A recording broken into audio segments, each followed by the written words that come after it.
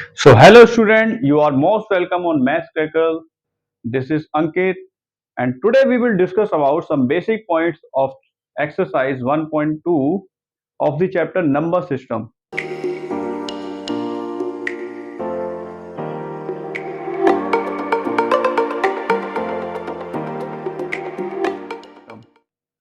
So, second exercise से पहले जो इसके अंदर चीजें आने वाली है सेकेंड एक्सरसाइज के अंदर वो बेसिकली क्या है, इरेशनल नंबर। तो इरेशनल नंबर को पढ़ने के लिए, इसको समझने के लिए हमें थोड़ी देर रेशनल नंबर भी समझना पड़ेगा। तो देखो, रेशनल नंबर क्या है, टर्मिनेटिंग और रिपीटिंग या फिर रिकरिंग। तो टर्मिनेटिंग नंबर कौन से होते हैं? देखो, ऐसे नंबर जो टर्मिनेटिंग वर्ड का मतलब क्या है, कहीं पर किसी चीज का एंड हो जाना, ठीक है, तो वो होते हैं टर्मिनेटिंग नंबर। जैसे अगर मैं बात करता हूं for example, let's suppose terminating का जैसे कहीं पे लिखा हुआ है 2/5, है ना, तो अगर आप 2 को 5 से डिवाइड करोगे तो आपका आंसर क्या आएगा यहाँ पर, 0.4, है ना। या फिर आप ले सपोज आपने 8 को डिवाइड कर दिया 5 से, ठीक है, तब आपका आंसर क्या आ जाएगा, 5 1 5 एंड 5 6 30। तो ये देखो कहीं ना कहीं इसका एंड हो गया, ठीक है। तो ये हो गया टर्मिनेटिंग, ठीक है, ये हो गया हमारे टर्मिनेटिंग। तो रेशनल नंबर कौन से होते हैं, जो टर्मिनेट हो जाते हैं, यानी कि खत्म हो जाते हैं, उनका डेसिमल एक्सपेंशन जो है वो कहीं ना कहीं पे फिनिश्ड होना ही होना है। तो वो हो गए रेशनल नंबर एक तो। और दूसरे क्या होते हैं रेशनल नंबर, जो रिपीटिंग होते हैं या फिर रिकरिंग होते हैं, दोनों का एक ही मतलब है, ठीक है, दो दो वर्ड याद करने की जरूरत नहीं है। ऐसे numbers like those number that can be, means उनका जो decimal expansion of these numbers are repeating, और इनका कोई भी टर्मिनेट नहीं होता है। जैसे कि लेट्स सपोज अगर मैं डिवाइड कर दूं 1 को 3 से, तो आंसर क्या आएगा, देखो 0.333333 है, और ये चलता जाएगा ना। जैसे आप डिवाइड करोगे इसको, अगर 1 को डिवाइड करोगे 3 से, तो पहले पॉइंट लगा के एक जीरो लगाओगे, पॉइंट लगा के यहाँ पर एक जीरो लगाओगे, देन 3 3 इज 9, माइनस करोगे 1 आ जाएगा, तो दोबारा एक और जीरो लगाओगे, फिर 3 3 इज 9, फिर 1 आ जाएगा, फिर दोबारा एक और जीरो लगाओगे, 3 3 इज 9, ऐसे ही चलता जाएगा, ठीक है। तो यहाँ पर क्या और देखो, जैसे और कोई डिजिट ले लो, जैसे आपने मान लो 20 डिवाइडेड बाई 6 ले लिया, है ना, तब क्या आ जाएगा आंसर, 3.3333 ये हो गया, ठीक है। और क्योंकि देखो ये दोनों रैशनल नंबर है ना, और भी मान लो कोई एक रैशनल नंबर है जिसका जो आंसर आ रहा है वो रिपीटिंग या रिकरिंग आ रहा है। कैसे आ रहा है, जैसे मान लो 5.5656, ठीक है, और 5656 जो है ये चलता जा रहा है, तो उसको हम कैसे लिख सकते हैं शॉर्ट फॉर्म के अंदर, 5.56, और उसके ऊपर क्या लगा सकते हैं हम, डेसिमल एक्सपेंशन बार, ठीक है। तो इसका मतलब क्या है, 5 और 6 जो है वो बार बार रिपीट होने वाला है, ऐसे इसको क्या लिख सकते हैं हम, 0.3 और उसके ऊपर बार, और इसको क्या लिख सकते हैं हम, 3.3 और उसके ऊपर बार। तो देखो यहाँ पर क्या हो रहा है, यहाँ पर किसी का टर्मिनेट नहीं है, कि यहाँ पे कोई इसका एंड नहीं है, इन्फिनिटी तक चलता जाएगा, ये सब इन्फिनिटी तक चलते जाएंगे, ठीक है। लेकिन ये रिपीट हो रहे हैं, और जो नंबर रिपीट होते हैं ना, इनके इनके अंदर क्या है ना, कुछ डिजिट के बाद में, जैसे यहाँ पे 3 के बाद में 3 रिपीट ही हो रहा है, यहाँ पे 5 दो बार 5 आ रहा है, उसके बाद में फिर 5 और 6 रिपीट होता जा रहा है। तो इसलिए जब भी नंबर रिपीट होते हैं ना, तो वो भी कौन से होते हैं, रेशनल नंबर होते हैं, ठीक है। तो ये तो होगी रेशनल नंबर की डेफिनेशन। अब अगर हम बात करते हैं इरेशनल नंबर की, तो वो क्या है, सबसे पहले तो नॉन टर्मिनेटिंग है, और नॉन रिपीटिंग या फिर नॉन रिकरिंग। मतलब नॉन टर्मिनेटिंग मींस उनका ऐसा कोई भी हिसाब नहीं है, जैसे 0.4 पे बात खत्म हो गई, इनकी कहानी यहाँ पे खत्म नहीं होती है, ये तो सीधे चलते ही जाते हैं, कहीं नहीं रुकते, ठीक है, इनको कहीं नहीं रुकना है। जैसे कि, और ये नॉन रिपीटिंग है, नॉन रिपीटिंग है, जैसे कि मान लो 1.4 1 4 2 4 3 4 4 4 5, ठीक है। अब देखो यहाँ पर क्या हो रहा है, और ये चलता जा रहा है ऐसे करके, यहाँ पे हो क्या रहा है, 1 पॉइंट, देखो पहले तो ये चलता जा रहा है, यानी कि नॉन टर्मिनेटिंग हो गया। नेक्स्ट थिंग क्या है, क्या ये रिपीटिंग है, कहीं पे रिपीट हो रहा है, 4 1 आ रहा है यहाँ पर, फिर 4 2 आ रहा है, फिर 4 3 आ रहा है, यानी कि ऐसा कोई भी नंबर नहीं है कि 4 1 बार बार आ रहा है, या 4 2 बार बार आ रहा है। ऐसा कुछ भी नहीं है। एक बार 4 1 आ रहा है, फिर 4 2 आ रहा है, फिर 4 3 आ रहा है, आगे कुछ और ही आ रहे हैं, है ना। 4 6 4 5 4 10 4 11 ऐसे चलता जाएगा फिर ये। तो ये रिपीटिंग या रिकरिंग भी नहीं है, ठीक है। और एग्जाम्पल देखो, जैसे कहीं पे लिखा हुआ 5.50, ठीक है, 500, 500, देन 5 4 टाइम्स 0, है ना। और ऐसे चलता जाएगा, फिर 5 5 5 5 4 टाइम्स 0, देन 5 5 टाइम्स 0, ऐसे चलता जाएगा। तो देखो, ना ही ये टर्मिनेटिंग है, इसका कोई एंड भी नहीं है, ना ही ये रिपीटिंग है। तो ऐसे नंबर जिनका कोई भी टर्मिनेशन भी नहीं है, कोई उनका अंत नहीं है, और ऐसे नंबर जिनका रिपीटेशन भी नहीं हो रहा है, वो क्या होते हैं, इर्रेशनल नंबर होते हैं, ठीक है। तो रैशनल और इर्रेशनल नंबर आपको अच्छे से समझ में आ गया होगा कि अब ये क्या क्या होते हैं, ठीक है। और हाँ, इन दोनों नंबर्स को कंबाइन क्या बोलते हैं हम, रियल नंबर, ठीक है। यानी कि दुनिया के सारे नंबर रियल नंबर्स हैं, ठीक है। अब इसके अंदर देखो क्या है, लोकेटिंग इर्रेशनल नंबर और नंबर लाइंस। तो बात करिए इर्रेशनल नंबर्स को नंबर लाइन पे लोकेट करने की। तो पहली बात तो मैं आपको बता देता हूँ, चाहे कोई नंबर रैशनल हो चाहे कोई इर्रेशनल हो, हम सभी को नंबर लाइन पे रिप्रेजेंट कर सकते हैं। लेकिन इस एक्सरसाइज के अंदर क्योंकि इर्रेशनल नंबर्स के बारे में ही पूछा जाएगा, तो हम इर्रेशनल नंबर को ही देखते हैं, ठीक है, कि इनको कैसे लोकेट करते हैं। तो जैसे एग्जाम्पल नंबर 3 है आपकी बुक का, एनसीईआरटी का, locate root 2 on number line. तो देखो, रूट 2 को अगर आपको नंबर लाइन पे लोकेट करना है तो आप कैसे कर सकते हो इसको। तो सबसे पहले तो देखो, रूट 2 है तो आप क्या ले लो, यहां से यहां तक का 1 का डिस्टेंस ले लो। तो 0 से 1 क्या हो गया, ये हो गया हमारा 1 का डिस्टेंस, ठीक है। फिर आपको क्या करना है, डी लेना है, डी। डी की हेल्प से आपको यहां पर क्या करना है, परपेंडिकुलर ड्रॉ करना है, ठीक है।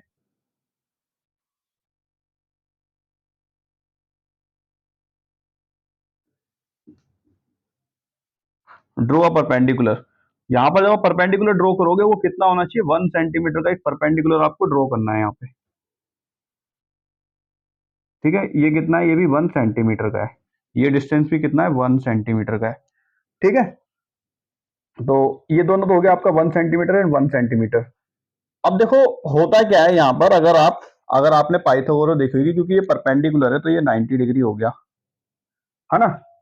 अब यहाँ पर होता क्या है, देखो, अगर आप पाइथागोरस यूज करते हो तो पाइथागोरस क्या होती है,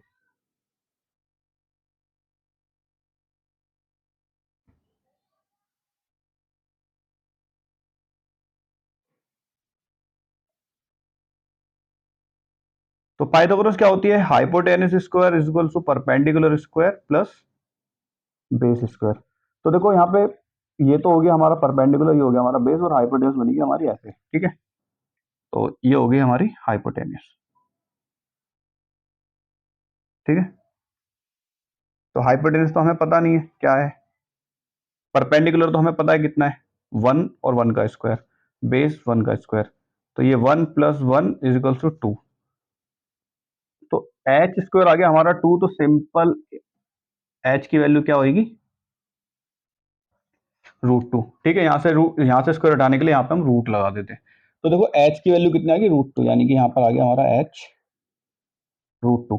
यानी कि अगर मैं बात करता हूँ, इनको मैं अगर नाम दे दूं ओ पी, और ये हो गया हमारा क्यू, इस पॉइंट को नाम दे देते हैं क्यू। तो देखो, हाइपोटेनियस क्या है, ओपी है, ठीक है। तो ओपी के जो डिस्टेंस आ गया, कितना आ गया, ओपी की लेंथ आ गई हमारे पास में √2 सेंटीमीटर, ठीक है। अब हमें इसको क्या करना है, इसको लोकेट करना है किस पे, नंबर लाइन पे। अब ये नंबर लाइन पे लोकेट नहीं है, ये नंबर लाइन के ऊपर लोकेट है ना। लेकिन हमें इतना तो पता लग गया ना कि ओ से पी तक का जो डिस्टेंस है, ये जो डिस्टेंस है ओ से पी तक का, ये किसके इक्वल है, √2 के इक्वल है। वैसे अगर मैं आपसे बोलूं कि आप स्केल लो और स्केल से मेजर करके दिखाओ, जैसे आपने स्केल लिया एक, लेट्स सपोज आपने स्केल लिया, इसमें बने हुए सारी चीजें, मैं बोलूं कि आप इसके अंदर √2 मेजर करके दिखाओ, कर ही नहीं पाओगे आप, क्योंकि √2 कहीं थोड़ी ना लिखा होता है। 1 सेंटीमीटर लिखा होता है, 2 सेंटीमीटर लिखा होता है, उसके बीच में बहुत सारे लिखे होते हैं, मिलीमीटर लिखे होते हैं, 1 2 3 4, लेकिन √2 तो कहीं नहीं लिखा होता ना। तो हम मेजर कैसे करेंगे कि √2 का लेंथ, √2 की डिस्टेंस कितनी होती है। लेकिन यहाँ पर हम लोगों ने इतना पता लगा लिया कि ओ से पी तक का जो डिस्टेंस है वो कितना है, √2 है। तो बस अब आपको क्या करना है, यहाँ पर कंपास लेना है, ओ पे रखना है और पी पे रखना है, मेजर नहीं करना। ओ और पी पर कंपास रखना है, कंपास का पॉइंट आप यहाँ पे रख सकते हो, पेंसिल आप यहाँ पे रख सकते हो, और कंपास को आपको उतना ही खोल लेना है, ठीक है। तो अब जितना भी कंपास आप खोल लोगे, वो जो जितनी लेंथ में कंपास आपका खुलेगा वो डिस्टेंस ही कितना होगा, √2 होगा वो डिस्टेंस, ठीक है। बस यहां से यहां तक कंपास खोला आपने और क्या करना है आपको, नंबर लाइन पे रिप्रेजेंट करना है। तो देखो इतना डिस्टेंस नंबर लाइन पे रिप्रेजेंट कैसे होगा, कंपास लिया आपने यहां से, आपने यहां से कंपास लिया ऐसे करके, एक यहां पे रखा एक यहां पे रखा। अब ये कंपास इतना खुल चुका है, ठीक है, और यहां पे आपको क्या बनाना है, सर्कल ड्रॉ करना चालू कर देना बस नंबर लाइन तक, ठीक है। तो अब देखो ये डिस्टेंस और ये डिस्टेंस दोनों कितना है, ओपी, और ये वाला जो डिस्टेंस है इसको मान लो एस। तो ओपी और एस कितना हो गया हमारा, सेम ही हो गया, ठीक है, क्योंकि ओपी √2 है और हमने उतना ही कंपास खोलकर ओ एस को ड्रॉ करा है, ठीक है। तो लेट्स सपोज ये पॉइंट हो गया हमारा एस, तो हमने ओ एस को ओपी के जितना ही खोलकर ड्रॉ करा है, तो यानी कि ओ एस भी कितना होगा हमारा, OP equals to O S होगा, यानी कि ये कितना होगा, √2 के इक्वल हो जाएगा, ठीक है, ओ एस। तो देखो यहां पर आएगा √2, ठीक है, ये पॉइंट, और हमने इसको नंबर लाइन पर रिप्रेजेंट कर दिया, ठीक है। तो ऐसे ही रिप्रेजेंट होते हैं, और बाकी ये सारी चीजें लिखने की जरूरत नहीं है कि पाइथागोरस यूज करो, हाइपोटेनस निकालो कितना आएगा, वो सभी को पता है कितना आने वाला है, ठीक है। जैसे हम और क्वेश्चन करेंगे ना यहाँ पर, तो आपको और अच्छे से चीजें क्विकली क्लियर होगी। जैसे एक एग्जाम्पल है, लोकेट √3 ऑन नंबर लाइन।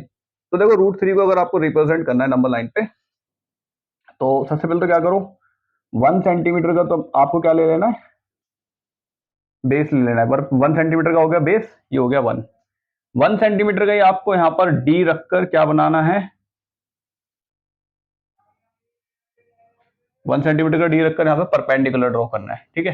अब आपको पता है ये 1 है और ये 1 है, जब हम पाइथागोरस यूज करेंगे तो ये डिस्टेंस कितना आ जाएगा, √2 आ जाएगा, आ जाएगा कि नहीं आ जाएगा। तो इतना डिस्टेंस आ गया √2, ठीक है, जैसे हमने अभी यहाँ पर करा। लेकिन हमें कितना लोकेट करना है, √3। अब आप क्या करो, देखो ये जो हमारा ये वाली जो लाइन थी इसको हमने हाइपोटेनस निकाला है ये, ठीक है। अब आप इसको मान लो बेस, ठीक है, इसको मान लो आप बेस। ध्यान से सुनना बच्चों, इसको आपको बेस मानना है, ठीक है। इसके अंदर बच्चे बहुत गलती करते हैं कॉन्सेप्ट को समझने में, और यहां पे लगाना है आपको क्या, एक और परपेंडिकुलर। अब देखो परपेंडिकुलर लगाते वक्त ना बच्चे क्या कर जाते हैं यहाँ पर, परपेंडिकुलर लगाते हुए बच्चों की सबसे बड़ी गलती यहाँ पर क्या होती है, जैसे हमने यहाँ पर परपेंडिकुलर लगाया ना डी रख के, बच्चे यहाँ से परपेंडिकुलर लगा देते हैं, सीधा ऊपर बढ़ा देते हैं इसको, और ये 90 बता देते हैं। ये 90 कैसे हो जाएगा, 90 तो ये होगा ना, ये होगा 90, ये 90 नहीं होगा, ठीक है, ये 90 से ज्यादा, दिस इज मोर देन 90। तो इसको ध्यान से समझना कि मैं कैसे इसको सॉल्व कर रहा हूँ, ठीक है। ये हो गया √2, आपको डी लेना है और यहाँ पर डी रखना है, ठीक है। डी का जो क्रॉसिंग पॉइंट होता है वो यहाँ पर होना चाहिए, और यहाँ से जब आप 90 ड्रॉ करोगे तो 90 कुछ ऐसा ड्रॉ होगा, ठीक है। और ये वाली लेंथ आपको कितनी बनानी है, फिर 1 सेंटीमीटर की बनानी है ये भी, ठीक है। जितने भी परपेंडिकुलर बनेंगे सब 1 सेंटीमीटर के बनेंगे, ठीक है। अब ध्यान से देखो, ये 1 सेंटीमीटर है, और ये हो गया अब हमारा परपेंडिकुलर, और ये हो गया हमारा अब बेस। ये जो हिस्सा है अब हो गया हमारा बेस, हम इसको मिलाने वाले हैं, ठीक है। ध्यान से देखो, अब देखो किसी भी राइट एंगल ट्राइंगल में 90 डिग्री के जस्ट अपोजिट जो लाइन होती है वो होती है हाइपोटेन्यूस, ठीक है। तो अब हाइपोटेन्यूस क्या है यहाँ पर, ये जो है ये हाइपोटेन्यूस है। अगर ये हाइपोटेन्यूस है, ये परपेंडिकुलर है, तो ये बेस हुआ ना, और बेस कितना है, √2। अगर बेस √2 है और परपेंडिकुलर 1 है, तो हाइपोटेन्यूस कितना आएगा, देख लो करके, परपेंडिकुलर का स्क्वायर यानी कि 1 का स्क्वायर, और बेस का स्क्वायर यानी कि √2 का स्क्वायर। तो this is 1 and this is √2 का स्क्वायर, तो 2 हो जाएगा। So H square is equals to 3। So H की वैल्यू क्या आ जाएगी, √3। तो देखो ये वाली वैल्यू कितनी आ गई हमारी, √3। हाइपोटेन्यूस हमारा 3 आ गया ना, तो ये हो गया हमारे √3। इससे आगे हमें जाने की जरूरत नहीं है, क्योंकि हमें केवल √3 तक ही निकालना था। तो अब आप क्या करोगे, वही कंपास को इतना खोलोगे, कंपास को आप इतना इतना कंपास को खोलोगे, ठीक है। और आप क्या करोगे, ये यहां से लेके यहां तक का जो डिस्टेंस है, ठीक है, वही कितना होगा, √3 के बराबर होगा। और अब यहाँ पे आपको ये सब मानने की जरूरत नहीं है, like OP and what is O S, ठीक है, दिखाने की जरूरत नहीं है। वो मैंने आपको अच्छे से समझ में आया इसलिए आपको समझ में आया इसलिए मैंने यहाँ पे ये चीजें लिखी है, लेकिन आपको यहाँ पे लिखने की जरूरत नहीं है। आप केवल कंपास इतना खोलो, यहाँ पे पेंसिल रखो, यहाँ पे कंपास की नीडल रखो, और यही डिस्टेंस आप यहाँ पे ऐसे करके मेजर कर दो। तो आप नोटिस करोगे कि 2 से थोड़ा सा कम ही आएगा, ठीक है। तो ये होगा हमारा √3, ये वाला पॉइंट होगा हमारा √3। इस पॉइंट को आप नाम दे सकते हो, ठीक है, लाइक ओ ए नाम दे सकते हो। सो ओ ए इज इक्वल्स टू √3, ठीक है। देखो बेसिकली √3 की वैल्यू कितनी होती है, √3 की वैल्यू बेसिकली कितनी होती है 1.732 और समथिंग, ठीक है, चलता चलता है, फिर कहीं भी एंड नहीं होता। तो देखो 2 से थोड़ा ही तो कम है ये 1.73। तो देखो हमारा जो जो आपका भी आंसर आएगा ना √3, वो कहाँ पर लाइज करेगा, 2 से थोड़ा कम लाइज करेगा, क्योंकि ये भी देखो 1.73 यानी कि ऑलमोस्ट वन, ऑलमोस्ट क्या है ये 1.75 से थोड़ा सी तो कम है। तो यहाँ पर भी देखो आपको अप्रोक्सीमेटली नंबर लाइन पे वहीं पे लाइज करेगा √3, कहाँ पर 1.75 के नियरेस्ट ही लाई करेगा ये, ठीक है। तो ये होता है। और इसके अंदर देखो एक चीज और आपको बताता हूँ, आप किसी भी इर्रेशनल नंबर को आप कैसे आइडेंटिफाई कर सकते हो, जैसे कि कोई भी ऐसे number like those number non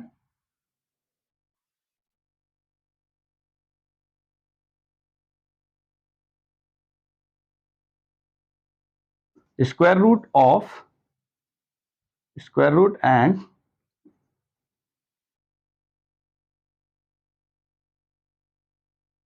cube root of non square and cube numbers are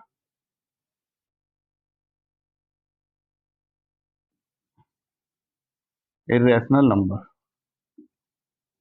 ठीक है। कोई भी ऐसे नंबर हो जो कि नॉन स्क्वायर हो, जैसे कि नॉन स्क्वायर √2 नॉन स्क्वायर है, √3 देखो 2 क्या है नॉन स्क्वायर नंबर है, 3 नॉन स्क्वायर नंबर है, तो ये दोनों ही क्या है इर्रेशनल नंबर है, ठीक है। अगर मैं बात करता हूँ √4 तो ये इर्रेशनल नंबर नहीं है, ठीक है, ये इर्रेशनल नंबर नहीं है, क्योंकि ये जो 4 है वो एक स्क्वायर नंबर है। क्यूब में भी हो सकता है, जैसे जैसे अगर आप 8 ले लो तो 8 स्क्वायर नंबर तो नहीं है वो तो ठीक है, लेकिन ये क्यूब नंबर है ना, 2 का क्यूब होता है, तो ये भी नहीं हो सकता। हाँ 9 हो सकता है, 9 भी नहीं हो सकता। हाँ 10 हो सकता है, 5 हो सकता है ना, 7 हो सकता है। ये सारे के सारे नंबर क्या हैं इर्रेशनल नंबर है, ठीक है। तभी हम इन नंबर्स को ही रूट वाले नंबर्स को ही यहाँ पर रिप्रेजेंट कर रहे हैं, ठीक है। अब यहाँ पर देखो और भी नंबर दिए जा सकते हैं, जैसे एक एग्जांपल आपको और बताता हूँ। लेट्स सपोज हमें यहाँ पे बोल दिया कि √5 को रिप्रेजेंट करो, ठीक है। तो ये इंपॉर्टेंट है, थोड़ा इसको ध्यान से समझना। √5 को रिप्रेजेंट करो, तो करने के लिए आप देखो क्या क्या कर सकते हो। यहाँ पर सबसे पहले तो आपने 1 सेंटीमीटर की लेंथ ले ली, ठीक है। अब मैं ये नहीं करूंगा, आपको सीधे समझ में आ जाएगा, ठीक है। तो ये आपने ले ली 1 सेंटीमीटर की लेंथ, यहाँ पे आपने 1 सेंटीमीटर का क्या बना लिया परपेंडिकुलर। तो आपको पता है ये वाली हाइपोटेनस कितना आने वाला है, √2 आने वाला है, ठीक है। तो आपने फिर बना लिया यहाँ पे हाइपोटेनस। फिर आपने यहाँ से, अब इसको आपको बेस मानना है, और जब किसी चीज को हम बेस मानते हैं ऐसे करके, हमने ये लाइन बना ली, फिर मैं बोलूँ उसके ऊपर परपेंडिकुलर ड्रॉ करो, तो आप क्या करोगे, कंपास जो होता है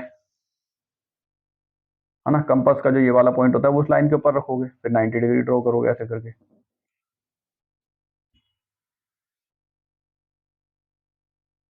है ना, ऐसे तो करोगे। तो बस इसको आपको बेस मानना है, इस पॉइंट पे कंपास का ये वाला पॉइंट रखो, सॉरी डी का ये वाला पॉइंट रखो, और आप यहाँ से 90 डिग्री ड्रॉ कर दो 1 सेंटीमीटर की लेंथ। तो ये भी 1 सेंटीमीटर हो गया। फिर आपको पता है ये वाली लेंथ कितनी आने वाली है आपकी, √3 आने वाली है, ठीक है। अब जब ये √3 आएगी तो आप क्या करो, आप यहाँ से भी यहाँ पे इसको बेस मानो अब, और यहाँ से 1 सेंटीमीटर का परपेंडिकुलर ड्रॉ कर दो, ठीक है। ये सब 90 बन रहे हैं। तो देखो जब ये 1 सेंटीमीटर है, बेस √3 है, तो ये वाली लेंथ कितनी आएगी, ये वाली लेंथ आएगी आपकी √4 आएगी ये, ठीक है। करके देख लो चाहे से, तो बेस को आप मान लो √3 का स्क्वायर और 1 का square is equal to hypotenuse का स्क्वायर। √3 का स्क्वायर होता है 3, इसका स्क्वायर होता है कितना 1, तो एच स्क्वायर की वैल्यू आ गई आपकी कितनी 4, तो एच की वैल्यू कितनी आएगी √4, √4 2 के बराबर ही होता है, ठीक है। तो हमने √4 ले लिया यहाँ पे। फिर आपको अब √4 वाली जो लेंथ है उसको आपको बेस मानना है, और आपको एक और परपेंडिकुलर ड्रॉ करना है 90 डिग्री, ठीक है। ये भी 1 सेंटीमीटर का होगा। फिर जब आप यहाँ पे 1 सेंटीमीटर का देखोगे और ये देखोगे √4, और जब यहाँ पे इसको परपेंडिकुलर और √4 को बेस मानोगे, अब आप अगर परपेंडिकुलर 1 सेंटीमीटर, बेस 4 सेंटीमीटर, तब ये वाली वैल्यू कितनी आ जाएगी, √5। ठीक है, करके देख लेना, √5 ही आएगी। फिर आपको इतना डिस्टेंस मिलेगा √5, यानी कि यहाँ से लेके यहाँ तक का जो डिस्टेंस है वो आता है √5। तो यहाँ पे कंपास रखना है और पेंसिल रखनी है और मेजर करोगे तो ऐसे आएगा। 2 से थोड़ा ज्यादा आएगा, देखो √4 जो है वो 2 पर ही आएगा एग्जैक्ट, क्योंकि √4 का मतलब 2 ही होता है, लेकिन √5 2 से थोड़ा सा ज्यादा होता है। ठीक है, तो इसलिए ये 2 से थोड़ा सा ज्यादा ही आएगा।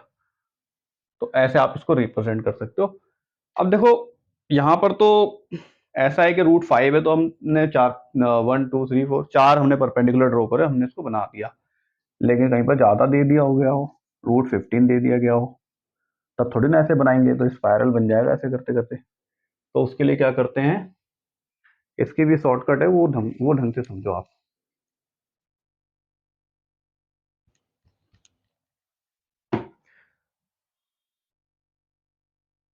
तो जैसे √5 है, तो √5 से जस्ट बिफोर कौन सा एक स्क्वायर नंबर आ सकता है, तो √5 से पहले आता है √4। ठीक है, और √4 का मतलब क्या होता है, 2। ठीक है, तो इस बार आपको, जैसे मैंने आपको बताया था ना शुरू में, आपको 1 सेंटीमीटर का डिस्टेंस लेना है नंबर लाइन पे, नहीं, यहाँ पर आप 2 सेंटीमीटर का डिस्टेंस लोगे नंबर लाइन पे, यानी कि बेस हो गया इस बार हमारा 2 centimetre, base equals to 2 centimetre. 2 centimetre का बेस हो गया, यहाँ पर लगा दो आप 1 सेंटीमीटर का परपेंडिकुलर ड्रॉ कर दो, परपेंडिकुलर हो गया 1 सेंटीमीटर का। अब आप इन दोनों को मर्ज करोगे जब, तो ये बनेगा हमारा हाइपोटेनस। ये कितना आएगा, ध्यान से देखो, hypotenuse square is equal to perpendicular square plus base square. Perpendicular है 1, बेस है 2, दोनों का square, so 1 + 4 is equal to 5। So hypotenuse square आ गया आपका 5, तो हाइपोटेनस क्या आएगा, √5। तो ये वैल्यू कितनी आ गई आपकी, √5। इसको मेजर करो स्केल से, सॉरी कंपास से, इसको मेजर करो यहाँ से यहाँ तक, और इसको नीचे ऐसे कर दो। तो यहाँ से लेके यहाँ तक का जो डिस्टेंस है वो कितना आएगा, √5। ये सब लिखने की जरूरत नहीं है कि OA जो है वो √5 है, ये जो डायरेक्शन है दिखाने की, यही वैल्यू है √5। ठीक है, इसी से ये एक्सप्लेन हो जाता है, एक्सप्रेस हो जाता है यहाँ पर। और जैसे कोई बड़ा नंबर ले लेते हैं, लेट्स सपोज √11 ले लेते हैं, जैसे √11, तो √11 से जस्ट पहले कोई एक स्क्वायर नंबर आता है क्या, हाँ आता है। √11 से छोटा क्या आता है, √9 आता है। ठीक है, तो √9 का मतलब क्या होता है, 3, क्योंकि देखो इससे छोटा तो फिर √10 किसी का कोई भी एक स्क्वायर नंबर नहीं है, तो वो लेने का कोई भी फायदा नहीं है। ठीक है, तो √9 वी कैन टेक। सो अब जब √9 की वैल्यू कितनी होती है, 3, तो जो पहला जो बेस है वो आप कितना लोगे, 3 लोगे। ठीक है, ये चीज ध्यान से समझना, पहला बेस लोगे आप 3। ठीक है, तो यहाँ पर आपका बेस हो गया 3। अब आप 3 से ही ड्रॉ करोगे एक 1 सेंटीमीटर की परपेंडिकुलर, तो परपेंडिकुलर हो गया यहाँ पे 1। अब जब आप इन दोनों को मिलाओगे तो ये होएगा हमारा हाइपोटेनस। तो अब आपका हाइपोटेनस कितना आने वाला है,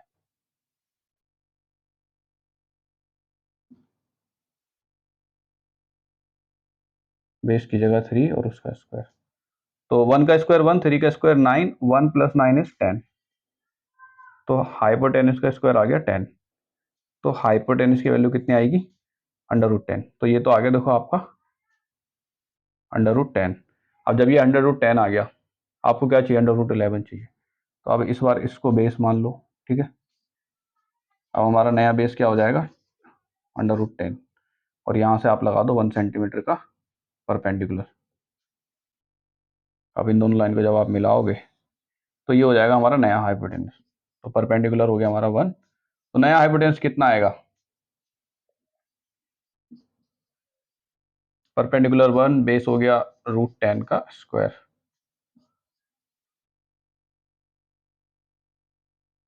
तो देखो 1 का स्क्वायर होता है 1, और √10 का स्क्वायर क्या हो जाएगा, 10 ही हो जाएगा। ठीक है, रूट स्क्वायर रूट को काट देगा, तो ये आ जाएगा 11। तो हाइपोटेन्यूस स्क्वायर की वैल्यू अगर 11 है तो हाइपोटेन्यूस की वैल्यू क्या होगी, √11। तो बस ये आ गया हमारा √11 यहाँ पे इस बार। तो ऐसे आप रिप्रेजेंट कर सकते हो, ठीक है। √15 को भी ऐसे ही रिप्रेजेंट कर सकते हो आप, ठीक है। तो ऐसा नहीं है कि √11 चलना है तो ऐसे ऐसे करके चलोगे, एक एक बार एक एक वैल्यू बढ़ेगी। आसपास जो भी स्क्वायर है ना, जो भी स्क्वायर नंबर है उससे जस्ट छोटा, तो वो आप ले सकते हो और आपके स्टेप जो है वो कम हो जाएंगे, ठीक है। So thank you very much आप वीडियो देखने के लिए।